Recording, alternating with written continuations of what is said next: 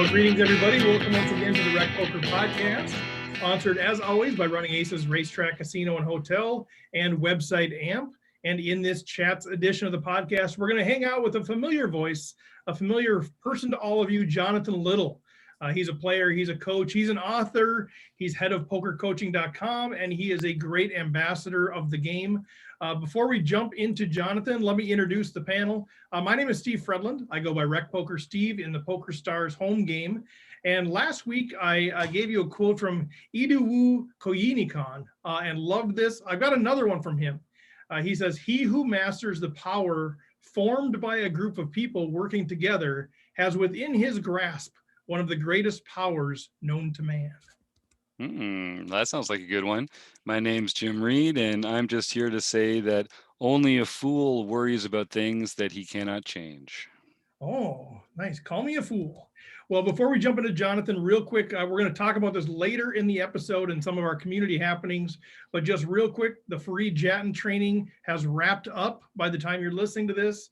We've got our Learn Pro Poker partnership that we'll talk a little bit more about. The book study book has been decided, and Marek Madness is underway. Our heads up bracket, the predictions have closed, and the play has begun Thursday nights on Twitch. So we'll talk a little bit more about that, but let's bring him in. Mr. Jonathan Little, how are we, sir? I'm great. I'm happy to be here today. Since we started recording, they decided to start hammering above my head. So, you know, that's how it goes. Regular stuff, perfect timing for the podcast. Yeah, so we're running good. Yeah, running hot already right off the bat, but that's okay. We'll do our best. I'll pretend like I have a walkie-talkie here instead of a microphone, and I'll mute myself when I mute myself like a true professional. It's not my first rodeo. Right. Well, if anything knows anything about being true professionals, it's us. I mean, there's, you know, that's us for sure. Well, remind us, so where are you actually calling in from? Where's all this hammering occurring? Oh, he promised he was going to mute himself. He pulled a Somsky just for John, who's not here today. He pulled a Somsky. There you go. Yeah, it's happening in New York. We are grinding it out, home with the family. So trying to take care of all of the business. Yeah. Have you been personally, are you getting out to play at all? Are you doing just online? Or are you doing anything live? I've done a little bit of both. I played on Poker After Dark recently in Las Vegas a few months ago. So that was a lot of fun. So, but mostly staying home for the most part. Okay. Not flying around too much? Not too much. Okay, so tell us what's new. Catch us up a little bit. Any new writings? Any new writing things with pokercoaching.com? Kind of give us the skinny on what's going down with Jonathan Little. There is always something happening. So I'm finishing up on a book. It's actually a remake of my first book from a long time ago called Secrets of Professional Tournament Poker, Volume 1 and 2. We're putting it together into one big book. I basically rewrote the whole thing. There's a lot of additional new content, and it turns out a lot of what I did whenever I first wrote the book about 10 years ago is still roughly correct today. But back then I did not necessarily know why, because we did not have any sort of GTO solvers, but I was roughly playing like the solver recommends to some extent. And now we know why. And also there were a few spots that I was playing poorly back then. And there are a lot of things I was doing that were just like player pool exploits, just continuation bet a lot, right? Just apply a lot of aggression. So I used to apply aggression a little bit too maniacally, I think, but that still may be good because people still fold too often. As long as people fold too often, you can be a little bit overly aggressive and it's usually going to work out fine. So that's wrapping up. That should hopefully be out in June or July of 2021. And continuously growing pokercoaching.com. We just brought in a new pro to make some high stakes spin and go content. So that's a lot of fun. Those are games that are kind of not fully out in the open, which is neat. There's a lot of money being made in those games, and I'm happy to have that coming out sometime in mid-March, but we won't talk about that too much. That's coming to pokercoaching.com, and there's always something going on. We're always do we get to reveal the name of the pro, or is that held under wraps till mid-March? We'll wait for that for now. No, because you never know what may happen. I For all we know, the site may burn down between now and then. Yeah, good, fair point. Just on that sort of spin and goes, maybe just give people an idea what are we talking about there? Because I think not everybody might know what that concept is. Spin and goes have been around for a few years. They're played online, and essentially it's a 3-person winner take all sit and go. But every time you sit down to play, let's say we buy in for $10 each. Most of the time we'll be playing for a $20 prize pool, which is not the full prize pool. Where'd that other $10 go? Nice rate. Well, that $10 goes every once in a while to players who play in other games. So sometimes whenever you sit down, they will spin the wheel, and sometimes it's 2 times your initial buy-in, sometimes it's 4, sometimes it's 8, sometimes it's 10,000. So every once in a while, not all that often, you get to play the sit and go for 100 times your buy-in or 500 times your buy-in or whatever it is. And that creates a gambling aspect to the game, and results often look a little bit more like multi-table tournaments than they do like cash games, because usually you're playing for 2 times your buy-in and you're just slowly trickling down. But then you'll have a big spike, right? And as long as you understand that that is the game you signed up for, they can be immensely profitable, even at the high stakes, because it turns out a lot of people like to gamble and spin the wheel, even if they don't know what they're doing. The games are usually kind of turbo-y structured, but on a lot of the sites, the structures are very fast whenever you spin a 2 times multiplier, and they are actually kind of slow whenever you spin one of the big multipliers. So you need to be able to play well, very shallow stacked and turbo-y games, and also in kind of deeper stacked, slower structured games. That said, a lot of people view shallow stack poker kind of like bingo. They think, all right, I got 10 big blinds, I'm all in. But that's a pretty big mistake. You get to have limping ranges, min raising ranges, etc. And if you make the error of only shoving or folding, you're going to be lighting your money on fire. So we're going to make sure that you do not do that. Interesting. So the spin and go concept, you know going into that particular tournament what you're playing for. It's not like after the fact you spin it. It's as you're going in. Correct. At the very start of the game. At the start of the game, it looks like a slot machine. It spins a wheel and it says you're playing for 2 buy-ins, 4 buy-ins, 8 buy-ins, whatever. So you know what you're playing for. And if you're playing for a big one, usually the site will post on the site, oh, there's a game happening right now for 10,000 buy-ins. Come watch it. And so, it creates one that you played. Yeah, it's a gambling atmosphere, kind of like a casino, right? You go and whenever there's a slot machine where someone's winning, the game is making all sorts of noise and everybody comes over and watches, and it's a big spectacle. And I don't know if that's necessarily good or bad for poker, but it certainly results in people gambling a lot. Also, some of the sites are not so upfront with what the rake is in these games. Sometimes the rake is high, sometimes it's not. And in games where the tournament is structured to be relatively turbo, you can't really justify paying a whole lot of rake. So make sure if you're playing in the games, the rake is minimal. So what's the biggest factor that you've played for? I have not played a whole lot of spin and goes because I know that I am not adequately skilled at the game. It's important to recognize if you are a good winning player or if you are not. And I mean, I've played a decent amount and roughly broke even, but I mean, that's nothing to brag about, but I haven't studied the game, right? If you're going to go learn to play any game, you must study immensely. I'm not playing poker to try to spin a slot machine wheel and get lucky. I'm trying to play in games where I have an edge. So I have not played many spin and goes, but I've gotten a bunch of requests for content for it. So we're happy to get it. Yeah, and anytime there's a new variant like this that comes out, the most profitable players are typically the ones that just learn the rules the fastest and kind of learn the rules of thumb and the edges in that particular game the fastest, just like PLO and open face Chinese and all that stuff that becomes popular. So if you're not, it sounds like you guys are kind of providing that kind of early adopter level of insight to more of recreational players. Well, so spin and goes have been around for a long time, actually, 3 or 4 years. So the game's not especially new, but they are relatively new to some of the other sites. It used to be pretty much only on PokerStars, but now they're on Party Poker and GG, and I'm not sure what other sites. But it's a game that people play, right? I am a big fan of making sure that my students learn games that are played at a relatively high stake that also I think have a future. And I was not actually convinced that spin and goes had much of a future because there's been a bunch of different kinds of sit and go variants. Like double or nothing sit and goes, those basically died. There were heads up sit and goes, those basically died, and all other forms of the game. And it seems like spin and goes have actually caught on, and you can play them for high stakes. I mean, there are $500 buying games happening all the time, and that results in there being potential profit to scoop up. But it's very important to make sure you're studying a game with a future. A long time ago, someone was bragging to me about how he's the biggest winner at 6-handed pot limit Omaha sit and goes. And I'm like, oh, cool. You're probably making a bunch of money. He's like, yeah, man, I win 50 or $100 a day. I'm crushing it.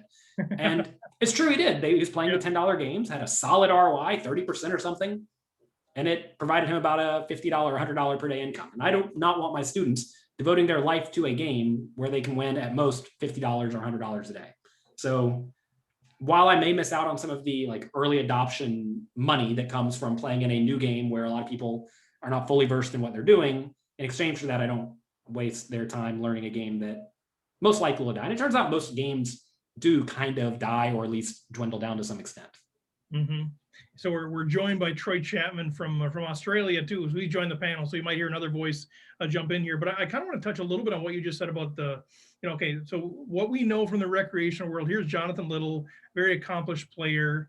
Why don't you play these? Well, because I'm not really, I don't know the game very well. We're like, it's three-handed poker. Like you're a genius. Like how can you not be good? And I think what I like about that is that you kind of know your game, your strengths, that kind of thing. But how does that then relate?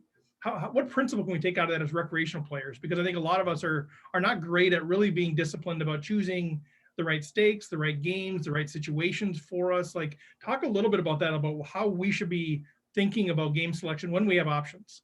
So most people do not play poker to win as much money as possible. They play poker to gamble, or to pass the time, or to interact with friends, or to push the boundaries of the game, or whatever. Their goal, even though they think it may be to win money, is not to actually win money. And to be fair, all you really have to do to win at poker is find a game you can beat, which means you're adequately skilled to beat your opponents. Mm-hmm. You need to play it a lot. You need to keep a proper bankroll. And if you do those things, you will definitively win in the long run. But most people do not do all three of those things. They may do one or two of them, but not all of them. And to be fair, I was like, before I started talking to the guy who's making the content, like I did not realize how in-depth these three-handed games are. Like I was messing up 8 big blind poker. Turns out you get to have a limping strategy a lot from the small blind. And I would often just use a shove or fold chart, and that's wrong. I was torching my money, right? Which resulted in me roughly breaking even in these games, despite being really good at shove or fold poker. It turns out you have other options, right?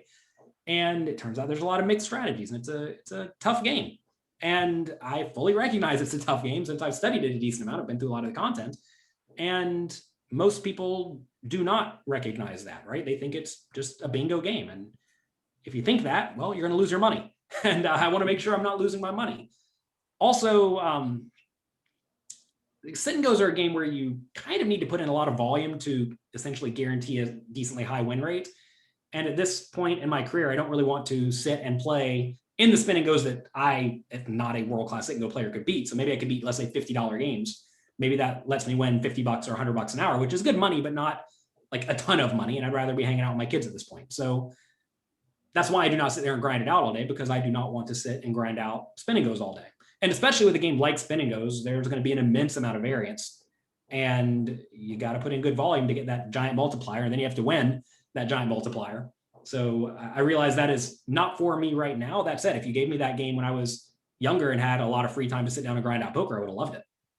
Yeah, I love the parenting analogy. I've got 3 kids now; they're all grown, right? But I had them all, 3 years. Within 3 years, they're there, and I think there are days where I was just grinding out being a parent too. So, so sometimes those days are good. Sometimes you're grinding it out, like you're grinding out online. But I love that. I'm curious about the book a little bit. You mentioned you're doing the rewrite coming out maybe in June. So you learn some new things. You actually now have some affirmation on some things that you taught. Now you have got the solver support. But like, how much of the book is new, would you say? Or if somebody's kind of read the books already, why should they get the new books? Like, what's new or what's exciting about the new version? So back then there were no game theory optimal solvers. So nothing was definitively known. Everything was kind of speculation. Like books were written from the point of view of this is what I do, as opposed to here's how you do it, right? I mean, there are a lot of training sites, training courses where the pros just show a lot of solvers and say, here, do this. Or they show themselves playing and say, here, copy what I do. But I do not think that is how people learn at all. You need to give them implementable, actionable strategies. And to be fair, back when I wrote the book a long time ago, a lot of it was, here's what I do. Because I didn't know how to teach people. I was a young, dumb kid. And I learned a lot about how to play poker and why specific plays are made and how to structure your range as well. And I've also learned how to teach a whole lot better in the last 10 years. So it's a substantially updated version. And there's a lot of stuff that I've added. I mean, so the first 2 books, they came out to like 450 pages total. And now it's currently sitting at about 675. So it's a little bit big. We may have to trim down on some images or something, but it's a giant book. It may end up being too big. That's a problem we're currently dealing with. Is I made the books too in depth. Troy. Hey, Jonathan. Hello. Just a quick question, mate. So when you talk about GTO and how GTO's become far more relevant to the games, for the players who play small stakes tourneys, how relevant do you see it being? So I'm a big fan of learning roughly what the GTO strategy is, and then learning how to adjust to take advantage of whatever your opponents do incorrectly. And I mean, I had an office hours call with my poker coaching students this morning, and one of the spots that always comes up is on the river. My opponent makes a big bet. What do I do? And the answer is, if they are bluffing too often, you call with a ton of hands. And if they're not bluffing often enough, you fold almost everything. It really is that simple. But you have to figure out what your opponents do. And if your opponents have some gigantic flaw in their game, like for example, in small stakes games, maybe your opponents don't check raise bluff the river often enough, let's say.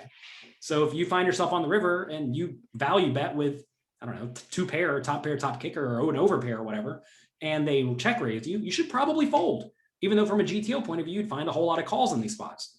So you have to recognize that, right? And say you find yourself against a lunatic on the river who loves to check raise bluff, then value bet middle pair and call it off when the guy raises you, right? So you got to figure out what your opponents would do, and then you have to adjust your strategy accordingly. But you need to know where to adjust from and where to adjust to, right? Like you would not value bet, queen high and then call a check raise against a lunatic, right? That would just be too loose because they're gonna be bluffing with some better hands. So you have to know where to start and then where to adjust to. And a lot of people approach poker from the point of view of, I know how to beat my particular opponents, but then whenever they start playing against players who play a little bit better, or they're not sure what they do wrong, they don't really know what to do. They're just kind of guessing, where they're playing against this hypothetical opponent they know how to play against. And to be fair, that's what a lot of the old poker books were written about. I remember a book a long time ago that was written in the 70s that said something to the effect of, if you raise ace king and someone re-raises you, you better fold because they only re-raise with aces. And I'm sitting here reading this as, 18-year-old kid thinking, what? I'm not folding the ace king. And it would have been horrible to fold the ace king. It's horrible to fold ace king today. You're just ripping your money in, right? But back then, that could be right. It probably wasn't, but it could be right. And that's the problem with learning a strategy like that, is that, yeah, you can beat this one type of incredibly weak, tight-knitty player, but that's not all the players you're going to play against. So you need to know how to play against everyone is what it amounts to. And as your opponents get better and better, you're often not going to do, or you're not going to know what they do wrong. Maybe they'll be a little bit too loose or a little bit too tight, but you're not going to know it because you're not going to have good data on them and you're not going to get to play with them all the time, right? So the way you beat them is just by playing closer to GTO than they do. And whenever you show up to a new game, if you don't know what your opponents do wrong, you should probably start playing roughly GTO, exploiting whatever the player pool does incorrectly. Like we discussed earlier, the player pool in general doesn't check raise the river unless they have the nuts. So that's a player pool exploit that you can probably use right off the bat.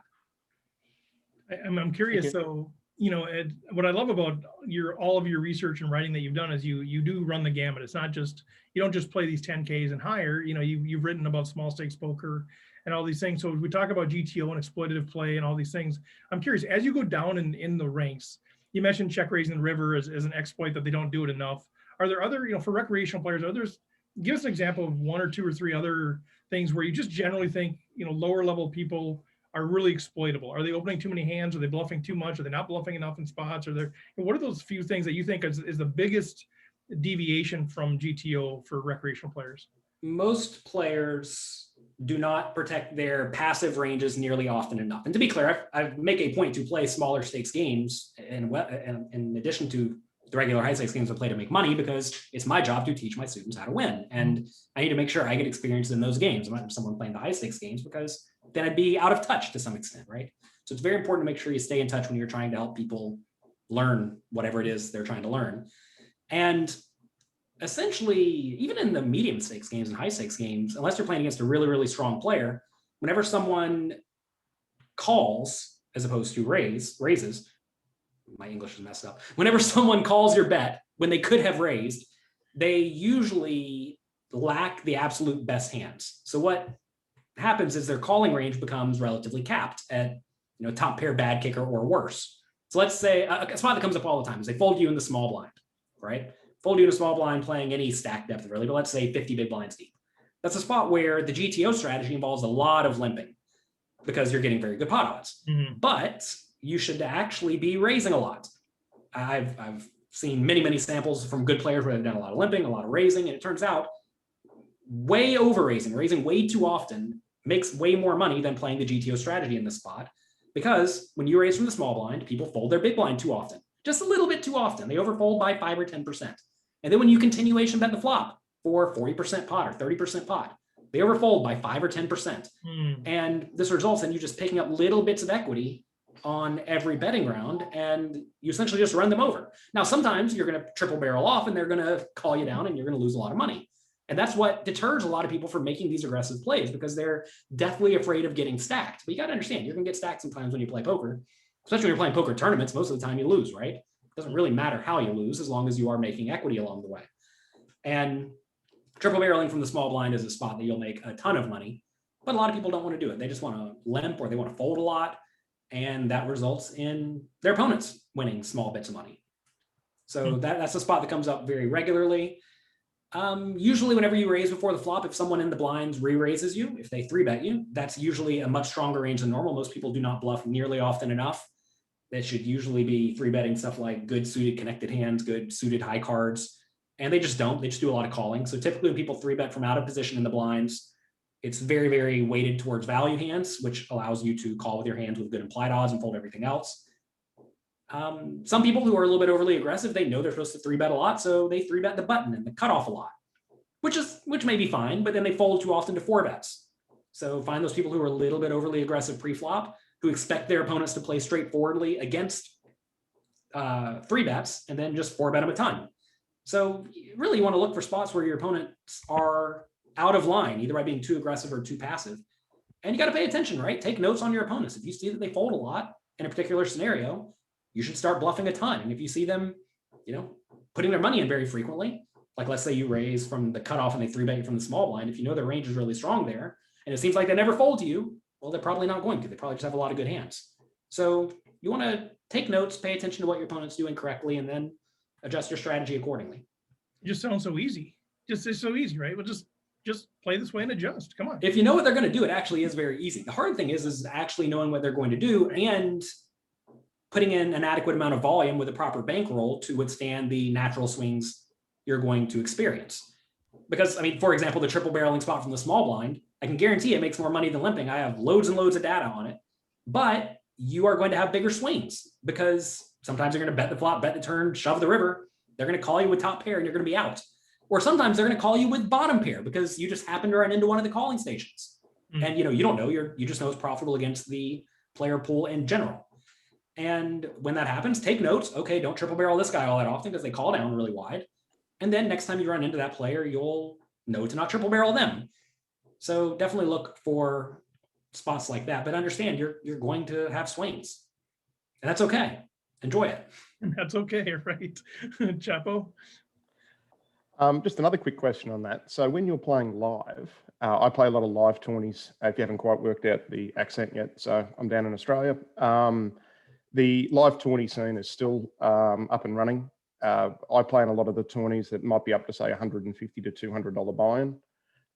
There's a core group of people that you get to see fairly regularly, and then there's a whole group of people that you just do not see. And for example, on the weekend, using your terminology, because I listen to you a lot on your stuff, we have people that call too often pre-flop, and then they melt away after the flop. Now, what do you see as the best exploits in those sort of games? Well, so if they call too often pre-flop, but then they fold too often by the river, you should be happy to just extract a lot of folds on the turn in the river, right? So they're going to put money in pre-flop and then drastically overfold later, which is what a lot of people do.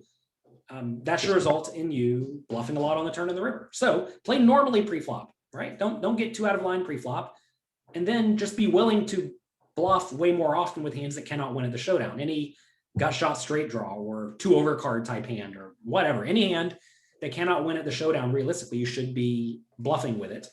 And maybe even stuff like bottom pair. Like if you know they're going to check call your flop bet with middle pair and check call your turn bet with middle pair, but then check fold it on the river, you should maybe be turning those types of hands into bluffs. I did an episode, I have a morning show on Mondays called A Little Brain Fuel. It's a drink that I like to drink. So we wake up, we have some brain fuel, and we talk about a spot. And the spot we had today was, should you be value betting top pair bad kicker on the river? Like, should you be going for thin value? And the spot I had was we raised king 3 on the button, big blind calls, comes king 10-4. They check, we bet, they call, turns a whatever, 6, they check, we bet, we call, river's a 2. So we have top pair, bad kicker. When they check here, you have to ask, are you against someone who will fold out literally every hand worse than your king? Some people will, some people won't. But what a lot of people do wrong, especially in small stakes cash games and small stakes tournaments, is they think their only bet size option is a big bet size. So they'll pot the flop, pot the turn, pot the river. And if you do pot every street, yeah, they're probably only going to call better hands. But instead, you should be betting, 40% pot on the flop and 40% pot on the turn and then like 30% pot on the river. And you're going to find that your opponent's going to call you with all sorts of tens and all sorts of random underpairs. So you want to make sure that you are using the correct bet size for your specific type of hand. And it turns out hands like top pair, bad kicker much prefer to go for smaller bets on the river than bigger bets. So make sure you're using the proper bet size option. I mean, going back to exploitative versus GTO, on the river, in scenarios like that, you may find that you should bet small with all of your value hands and big with all of your bluffs, which is incredibly exploitable and exploitative. And your opponents can absolutely crush you if they know what you're doing wrong. But if they fold to big bets all that, too often in that scenario, then they're never going to see it, right? And whenever you value bet the river small and they call every time, they're going to think, oh, the guy just always has the nuts. And maybe they'll put it together, maybe they won't. It's tough to know, but you need to get in there and maximally exploit your opponent. And that's kind of what that entails to some extent. So figure out which bet sizes they really love calling and which bet sizes they fold to very frequently, and then do whatever makes the most sense. You may find a lot of people overfold to overbets. That's something I've seen a lot in small stakes games. If you put out a 1.3x pot river bet, they're going to think, oh, you're trying to get full value for me. I fold now. Whereas other people may think the exact opposite. I'm going back to another small stakes exploit. When your opponents overbet the river, they almost always have a good hand. They do not overbet bluff nearly often enough. And you should probably overfold whenever they decide to put in tons and tons of money. Yeah, that was a leak I learned the hard way, because I always think, well, they're never going to bet that much with a real hand. Like, why would they do that? That doesn't make any sense. Don't they want to get value? And then I'd call them, they'd have it. I'm like, wow, dang it, I'd fall for that. Now I've learned that that's very rare in the games that we play, like that people are doing that as a bluff. So yeah, most people just they bet big when they have a good hand, right? Right. So they want to get value. I mean, but that said, other people do the exact opposite. Right. That's where you have to pay attention and adjust. Yeah. Right. All right. Troy, did you have a follow-up, or is that good? No, that's good. Awesome. Thank you. Yeah. So I got a question, Jonathan, as we start to wrap up. A question that was submitted by our content director, Chris Jones. It's a hand breakdown, but he just kind of we're not going to break down the whole hand. Just kind of wants your perspective on this. He says, I've been rewatching the main event coverage from 2019. There's that somewhat famous hand where Marshington triple barrels into Ensign. Most everyone agrees that this is a rather ICM disaster for Marshington because he's needlessly giving up millions of dollars in ICM against the only other big stack at the table. But I don't think there's been enough discussion of Ensign's call. He snaps him off. But should he in this spot? So here's the hand. There are 21 left. We're guaranteed $325,000. At 18, we get paid $400,000 with 10 million up top. 3 tables. We're second in chips at our table with 48 million. Marshington has 70 million in chips. Blinds are 250, 500,000. We open ace of spades, 5 of diamonds from the cutoff to 1.1 million. The big blind, Marshington, defends. The flop comes ace of hearts, 8 of diamonds, 5 of spades. So a rainbow, ace, 8, 5, and we have the ace 5 offsuit. We lead out small for 1 million. I'm sorry, 1 second. So big blind checks, right? All right, yeah, big blind checks. So we're just continuation. Yeah, we didn't lead out yet. It says, okay, the big blind checks. We continue for 1 million. And we get check raised to 3.8 million. We call. Turn is a 2 of clubs, so a full rainbow board. The big blind now bets 8.5 million, which we call. The river is the 6 of diamonds. So the full board is the ace of hearts, 8 of diamonds, 5 of spades, 2 of clubs, 6 of diamonds. Pot is now about 30 million. Marshington bets 25 million and we snap call. When we call and we're right, we're the overwhelming chip leader with 21 left in the main event. When we call and we're wrong, we're down to 17 bigs and one of the shorter stacks on the table. So I think Chris just wants to talk a little bit about the snap call and what are your thoughts on that one? He had 2 pair. 2 pair is really good. Don't fold 2 pair. I mean, like in reality, if you think about this is a spot where the big stack is highly incentivized to try to bluff you because you're the very clear, solid medium stack, right? So this is a spot where the big stack will be overly aggressive. And also in this scenario, you don't really even lose to a whole lot, right? You lose to what, ace 5? I mean, you lose to ace 8, and you lose to pocket 8s. Something, yeah. And you lose to like whatever the random gut shot is that came in. And I mean, sometimes it's going to have it, but that's fine, right? I mean, this is a scenario where your hand is really good. You beat a lot of other value hands. For all you know, your opponent's check raising 8-5 or ace 9 or whatever. Who knows what the guy's doing? Because I mean, who knows how the big stack got his big stack? Quite often, the big stack is a little bit overly aggressive, a little bit bluff happy. So this is just the easy call down. I like the way the guy played the hand too. I mean, I would not have re-raised. A lot of people in the spot think, oh, I want to re-raise the flop because I'm afraid of getting outdrawn. But no. You want that big stack in there with all their nonsense. I mean, do we know what the big stack had? He probably had like queen jack or something absurd. Yeah, he did not display, and I don't remember personally. I don't remember the hand. So yeah, I mean, it's really a spot you shouldn't be bluffing all that often, but the big stacks will get out of line and try to run you over. Also, it's worth noting that you're down to 20 something people there. It actually isn't all that much payout implication or that many payout implications right now, because yeah, it's a 75K payout jump between wherever you are in the next payout jump, but that's not actually all that money in the grand scheme of things. So Chapel is like, what? Me too. No, you're right. With a $10 million, you got to keep it in proportion. It's 7 buy-ins. Who cares? I mean, it's really not that big of a deal. Every recreational player in the history of recreational playing cares, but no, I get your point.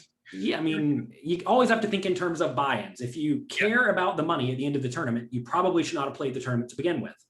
And a lot of people don't like that idea because they're trying to get rich. Right. But if any individual tournament will make you feel as if you're rich, you're probably going to make errors towards the end of the tournament. And this is a spot where if you bust in 20th place or 15th place or 13th place, it's all effectively the same. Whereas if you take first, second, or third, that actually is substantial money.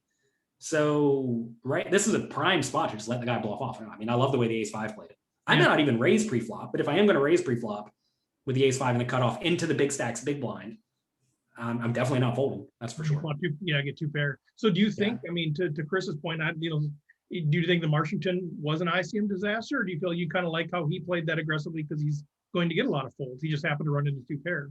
I think there really aren't that big of payout implications right here. Like, I don't view this as necessarily even an ICM spot. This is the time where, yeah, it's a 75K payout jump or whatever it is. And then the next payout jump is probably 100K or something. But again, it's all buy-ins. And we're playing for the 1,000 buy-in first prize, right? 1,000's a lot, and 500's a lot, and 250's a lot. 7 is not a lot. And you just got to recognize, like, this is the type of risk you must take in order to get a hold of chips. This isn't even a risk. Like, this would be a way more interesting hand if the guy had ace 4 or something for top pair, no kicker. Even then, I'd still just call it down. So, I mean, the fact that he ace 5 makes this a no-brainer. But I mean, no, give me ace 4, I still probably call if you tell me the guy's aggressive. Yeah. This is a spot where you want to do everything you can to look as weak as possible with your hand. You want to make your opponent think you're going to fold it by the river, and then you don't fold it, and then you just win the tournament. Yeah, you look like you're getting sticky with pocket jacks or something, right? That he can maybe bluff you off of later. Yeah, that's exactly it. And then don't let him bluff you. Then don't let him. Then don't fold. I mean, this is actually something a lot of people do wrong. They will bet the flop, call the flop check raise, call the turn bet, and then when their opponent, who is highly incentivized to bluff, decides to bluff, or decides to bet, they're like, oh, well, I guess he has it now. I guess I have to fold. But that results in you doing exactly what that opponent wants you to do. You just lose a gigantic pot. You just hand it to him. It's a disaster. So any other play in this scenario besides call down is almost certainly a big blunder. Unless, of course, the big stack is weak and tight and passive. But most big stacks are not weak and tight and passive. So how much of that should you be? I mean, I think I know the answer, but talk a little bit about thinking of that in advance. So on the flop, they check, you bet, they check raise you. And now against an aggressive big stack like that, at this point, we should be realizing, right, that there's a good chance they're going to barrel, turn, and river. So is it at that point in time that you are deciding, if I'm going to underrepresent my hand by just calling their check raise, in a sense, am I at that point, unless the board really runs out scary, am I really committing to say, I'm just going to call down all the way through? Am I deciding at that point, or is it really a street by street decision? Like, you want to think ahead, but is that part of that thought process? If I call this 3.8 million, I'm planning on calling turn and river and just let them go. I mean, in this scenario, your hand's just so good that you're not folding. I mean, if it runs off 2 straight cards, you're not folding, just because when the 2 straight cards run off, putting 4 to a straight on the board, but the guy's highly incentivized to bluff. But you're making that decision on the flop, right? When you just decide. Well, that's because this hand is so amazingly good. Right. right? I mean, so I have a tournament masterclass where I go through all sorts of scenarios like this from an exploitative point of view, a GTO point of view, comparing them, etc. And whenever you flop a really good hand, you're just not trying to fold it. So what you would do in this spot is you would call the flop check raise with lots of pairs, all of your aces, all of your eights. Probably don't bet under pairs on the flop all that often. You may not bet all that many eights on the flop. This is a spot where you have to be a little bit cautious, where when you bet the flop, you want to bet the flop with really good hands, pretty good hands, and then some just junk. You don't really want to bet hands like kings, where if you bet and get raised, it's miserably bad. So you're already betting kind of polarized on the flop, where you have either a pretty good hand or not such a good hand. And that makes your life really easy because then you just call down with the good hands and don't call down with the bad hands. So you may call the flop with any ace, any eight, some fives. If you make two pair on the turn with your eights and fives, you obviously don't fold those. And you call the turn with, you fold out like the fives and the eights on the turn that do not improve, right? And then you still call with all the aces. And then on the river, you probably call with a lot of aces too. But in general, you want to be folding out some amount of hands on each betting round to your opponent's aggression, usually 20, 30, 40% of your range, depending on their size. And that's fine. But you have to ask, is two pair ever going to be in the bottom 30% of my range, even after I call a flop check raise and a turn bet and a river bet? Like, is it ever in the bottom 30%? It's just not. Two pair is really good. So in tournaments or in most games, when you make two pair, you're going to lose a lot of chips whenever you're beat. Your goal is to just figure out how to keep your opponent's range as absolutely wide as possible, which is what this ace-5 did, right? He didn't re-raise the flop and jam it all in. He could have, but it would have been a pretty big error because then his opponent doesn't get to bluff it off. So when is the thought process of basically saying what's the highest EV play on this? It's just to call that check raise. But I assume that there are some opponents where you're thinking, maybe not in the World Series main event with 3 tables left, but where you're thinking they're only check raising me with ace king or ace queen. I mean, is that an opportunity? Is that where you think about maybe re-raising them on that flop when they check raise you because they're never going to fold that? Or do you think generally, the way this sort of played is sort of the standard highest EV path? I think this is almost always the right play with the ace-5, because also you got to think ace king and ace queen would re-raise before the flop a lot of the time. Right. Yeah. Because this was cut off against so big maybe blind, right? Ace 10 kind of thing. Yeah. Yeah. So you're not so worried about ace king or ace queen. Your opponent's range here to check raise the flop should be a whole lot of really good hands. They can beat ace king or ace queen because you have ace king and ace queen a lot. Yeah. So they want to be check raising a lot of two pairs, and they want to be check raising a lot of draws. And how do you do against two pairs? You're actually kind of marginal against them with ace-5. How do you do against draws? You're in great shape, and who knows what draw they have. They could have gut shots, open ended, whatever. Also, the nice thing about calling in a tournament is that you often don't end up broke if you are beat. Right. Like right here, he sells 17 big blinds if he loses. And to be clear, the big stack still has a lot of chips if he loses too. So this is not like a super ICM heavy scenario because neither player is really at risk in this hand. Like, yeah, a lot of chips are at risk, but win or lose, either player still gets to continue in this tournament. Nice. So I don't even view this as that much of an ICM spot. Okay. Don't fold two pair. Sometimes you lose. It's okay. I mean, you got to think about this too, right? Like, say you do fold out two pair, what are you calling with? If you're folding out ace-5, you're folding out ace king and ace queen and ace jack and ace 10. You're folding out everything. Besides what? Sets? 6 combinations of sets or 9 combinations of sets, whatever. I assume Chris was probably thinking about, the fact that he snap called, but I assume it's because he's already predetermined what he's going to do, right? He already knows I'm calling this guy's bet no matter what it is on the river. So he looked at his 2 cards. The ace and the 5 are connect with the board very well. 2 pair is good. Don't fold 2 pair. He played it great. Don't fold good hands. And then you might as well go on and win the whole thing like Ensign did, right? I mean, you got to realize like this is like a top 5% hand or something. You can't go around folding 95% of your range. It doesn't work. Yeah. You will lose and never make a deep run in tournaments if you go around folding hands that are in the very, very top of your range. Yeah, if you do fold out hands in the top of your range, you probably screwed up somewhere. Interesting. Don't be afraid. It's okay to lose. Well, we'll start to wrap up there. But Jim, Troy, any questions? Anything you want to jump on and add there, Jim? I just like the idea that it's okay to lose. You're there to win in the long run. You're not there to win every hand you play. So make good decisions, let the losers go, and celebrate the wins. Love it, Jonathan. Thank you. Yeah, and also, I mean, going back to the payout implications, like we said, I mean, yeah, the 75K is a lot, but you're really trying to win these $1 million payout jumps, right? Not the 75K payout jumps. You're willing to lose now some portion of time in exchange for having the opportunity to win a lot of chips later. And sometimes you're going to lose. I mean, I've had those results in my tournament career. I've had a bunch of 12th places and 6th places and 9th places, often in scenarios like this. I remember I had one recently in Montreal where I had top pair against a loose aggressive kid, and I had like ace jack on like ace 8-3. Similar spot, right? He check raised me, I called. He bet the turn, I called. He jammed the river, I called. And he showed me a set, and I was out. Fine. You know, sometimes I win the tournament, sometimes I take 8th. Right. Yep. 8th, 7th, 6th, 5th, it's all kind of the same. And but at that point though, Jonathan, when you were doing that, the hand that you decided at that point, you're happy to get it in, basically, if he's going to keep barreling the way through. And if you call the way down there and win, it gives you the best chance at winning that tourney, I'm sure. Yeah, and also like ace jack is really good on ace 8-3. Right. Yeah. I mean, that goes back to the same thing. You just cannot fold out hands that are at the very top of your range. And if you do, you're just going to get absolutely crushed and run over by your opponents. And, you know, sometimes you just lose. It's okay. It's okay. Sometimes you're going to win too. If you fold out these spots, so you can guarantee you're not going to win. Yep. You may get a free that's my ladder, point. but I'd like to win every once in a while. And that's how you end up with a bunch of trophies behind you, is by taking these risky spots and busting out in 12th plates or 8th plates some portion of the time. And I've actually kind of had semi-bad runs in these spots, I think, over the last few years, where I've had a decent amount of 7th, 8th, 9th, and it's okay.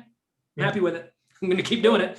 Invariably, what happens is you fold that 2 pair in that big spot or whatever, and then you end up blinding off and never getting anything going, and you bust out anyway, you know, 2 spots later, and you're like, why didn't I just call with the 2 pair? Like, why? Maybe I was wrong, but man, I wish I had that back, and I just wish I would have done that. I've never felt that emotion in my life because I've never folded the 2 pair. So I don't know that feeling whatsoever. We'll try to relate. We'll try to make it relatable anyway. That's awesome. Well, let's wrap up there. But Jonathan, tell us how people can connect with you if they don't already know. If they are not already connected, they're like, who's this guy, Jonathan Little? Sweet, he's rewriting the book and he's got pokercoaching.com. Like, how do people connect with you? Well, there you go. You can follow me on Twitter at Jonathan Little. You can get a free trial membership at pokercoaching.com/free. I have a YouTube channel, youtube.com/pokercoaching. We upload videos 5 or 6 days a week there. It's a lot of work, lots of stuff going on. I do my best to put out lots of good content for you in whatever format you want to get it. So make sure you get it. It's amazing stuff. So we'll let you go there. You're welcome to stick on while we play your commercial, because that's part of what we do here between segments. But then we're going to do some community stuff. But Jonathan, thanks so much, man. Great friend of RecPoker. Thanks for all you do. Great ambassador for the game. And for so many people, they're like, they just consume your stuff like crazy, and they love the game because of your investment in them. So thank you for that. Well, thanks for having me. Keep up the great work. All right, we will do that. All right, there he goes, you guys. Jonathan Little, one of the great ones. Thanks, Jonathan. If you haven't heard enough of his voice, we'll play a little little advertisement right here, Jim. Yeah, I think I hear him coming back right now. Here we go. Ever wondered whether you should call a preflop raise or 3-bet instead? What do you do when you have a flush draw? Do you raise it or do you just call? What do you do with ace-king when you miss the flop? Are you tired of guessing about what the right play is with your particular hand? Well, my name is Jonathan Little, and I am a 2-time World Poker Tour champion and creator of PokerCoaching.com, where we offer over 1,000 interactive hand quizzes where you play a hand and then get real-time feedback from our world-class pros. Don't guess and don't stress. Just register for your free account at PokerCoaching.com/RecPoker right now. All right, there he is. So Jonathan Little, thank you very much. Yeah, he's been a great friend of the show, sponsors through an advertisement now, and that's fantastic. But what do you guys think? Any feedback from that? He's just one of the great minds in poker. It's always fun having him on and picking his brain. I really liked that point about the buy-ins being what matters. And if you're in a tournament where if you feel like you really might get rich at the end of it, then that's a tournament that you're not really bankrolled to play. That is a good way to think about it in these spots where we're taking a shot. And Troy, we've even talked about that before, I think, right? About that, like the mentality of taking a shot and the decision making that goes into that. So I thought that was a really good insight. Yeah, I've always liked how he talks about the small stakes games as well. And it's interesting to hear someone who plays at the highest levels and then talk about winding it back to small stakes games and being able to basically just, like talking in today where he's just saying to barrel through certain hands and just watch them melt away. I just think it's very insightful the way he thinks about the game. Yeah, I was trying to do like the math of trying to equate this like $100 tournament. So, you know, the ICM or the, you know, the implications or whatever. So basically it's like if you had a $100 tournament, the pay jump was another $750, which isn't immaterial, but it, you know, puts it in perspective. Instead of thinking 75,000. It's like, oh, the pay jump was 750, but it's 100,000 to win the tournament, on a $100 tournament. So, you start thinking about it like that way, like, okay, well, I could give up a little bit of 750 equity for the chance of winning 100,000 in a $100 tournament. That kind of puts it in perspectives. But in terms of sheer dollars, that's just a $75,000 pay jump. The next one's like 100,000. Like, who cares? It's 10 buy-ins. Right, exactly. Yeah, if that happened in real life, if my wife found out that had happened, it'd be all over for poker after that. I called it off with 2 pair. Yeah. I called off my whole stack with 2 pair, and I was second in chips, and I busted. You what? You could have folded to another 100,000? Right. You idiot. Danger. Oh my gosh, that's funny. Well, let's jump into some of the community stuff. I know we're recording during the day, so we don't have as big of a panel. So we're grateful that Troy Chapman was able to join us from Australia to round it out a little bit. But I've got the home game winner, so I'll do the Somsky thing. I'll see what I can do to get. I'll try to be John Somsky here. I can't do it justice. He's got a lot of other updates, but we'll run through the winners for last week. So. The winners, the dailies, Combe Binkley, Eric Gin, we all know and love Eric, great stuff. Glassjaw 2222 doesn't have his stuff public, so if you want your name shown on here, make sure you make your profile public. You don't need to, but we don't know his name or her name, but I do know they're a heck of a player. Roadstar 33, Randy Smith with a victory. Apple Oh My Eye, Harold Berry with a victory. Steve, if you're going to be the John Somsky here, it wouldn't be the same if I didn't interrupt. And I don't have anything really relevant, so I just have to interrupt to say, if you haven't yet, go to rec.poker/sweepstakes and enter our sweepstakes. You can win a whole free year of premium membership at rec.poker. Back to you, John. This is good for me because now I can empathize better with John. Yeah, that is kind of frustrating. So Harold Berry with a victory. Uncle Tom's Cabin, Jeff S. I know Jeff from Running Aces. Congratulations.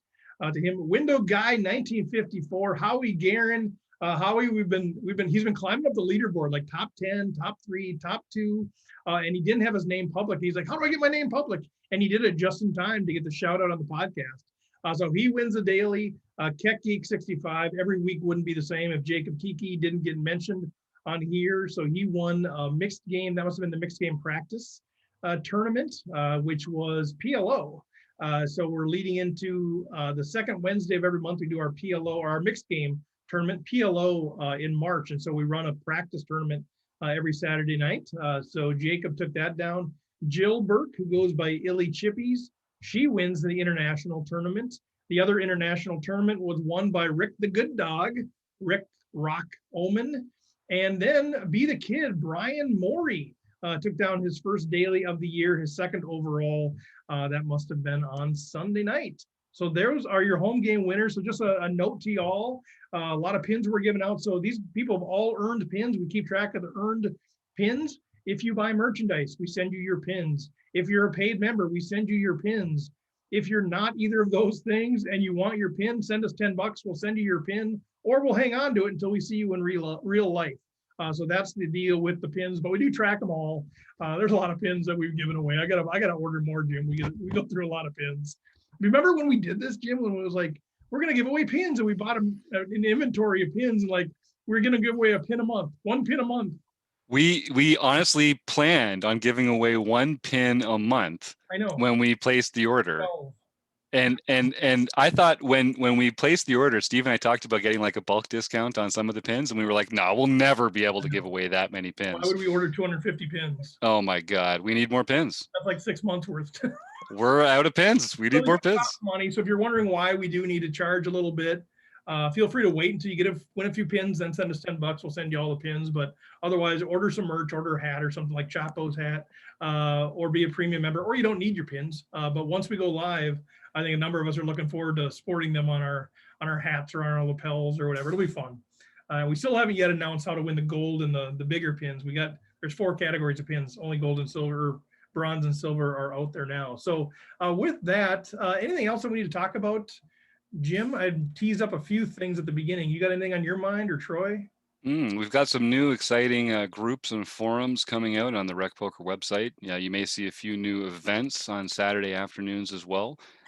We're still putting some of the finishing touches together on some of that, but basically, if you haven't been to RecPoker in a while, get a free community membership. Just uses your email to sign up, and you can come post in the forums. We've got some free groups and forums you can join and post hands there and that kind of thing. So I'd encourage you to go check it out. And to all our members, if you see anything that you think, this isn't quite right, or this could be better, or we'd like to see more of this, or get this junk out of here, then you can always email me, jim@rec.poker, and let's see what we can do to make it better for you. Yeah, I think we built a pretty good environment around that, because a fair number of people email and say, hey, can we do this? Can we do that? This doesn't look quite right. Like, yeah, please tell us that. Like, that's what we want, because if we don't know, we can't see everything. And so let us know if you see anything you want or anything that should be changed, for sure. A couple of real quick things. So by the time you're listening to this, we recorded it on March 1st. You're going to listen to this on March 9th. The free Jatin training will have wrapped up, and I tell you, it's been phenomenal. We are working on some things. Hopefully we can make that training available to others, but you've had to be there live, and it's been really good. A lot of great learning and conversation has happened out of that. We talked about this more at length last time. If you missed it, go check it out. But the Learn Pro Poker partnership is now officially announced. Super excited about that. If you're a premium member at rec.poker, you now have access to more of Learn Pro Poker stuff. But even if you're not, there's some other things that you can engage with back and forth. So just check that out. We put an announcement out on the website. That's probably your best place to go and check out all the information there. The book study has been decided. Michael Acevedo, which we decide maybe a 2-year book study. We don't know, but it's going to be a good one, right? And I think that's March 17th, I think. So I think it's next week for when you're listening to this. Modern Poker Theory, right? Is that the name of it? Oh yeah, and it's a comprehensive theory. But hopefully there's application. It's not just theory, but yeah, that's right. I'm really looking forward to this one. This is one that you need a group. You need a group to get through this one. Yeah, that's kind of where my quote at the beginning, man. You get the right group of people, and they'll dig through it. And I think Rob's pretty convinced. So let's just take it at the pace it comes. We're not. Yeah.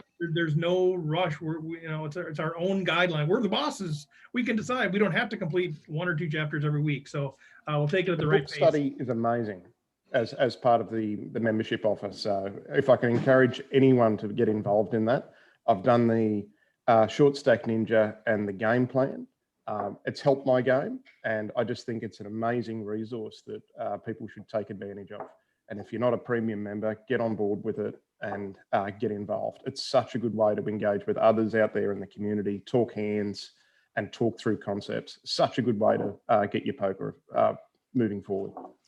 I love that. Yeah, I should have had you just talk about it. I forgot that you're a big part of that book study. But yeah, people who participate are like, man, it's so good. And I think it depends on your learning style. But for most of us at RecPoker, it's like we like to learn in the context of community. And so, yeah, when you can just read something, I heard this, I heard that, no, I heard this. Let's wrestle with that. What about that? Go down rabbit trails.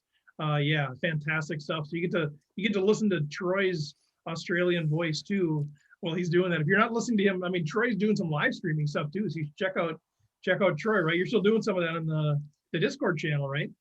Yeah, so there's no particular times. I'll put a bit of a warning up that I'm playing on GG, and I'll stream it on the Home Games channel.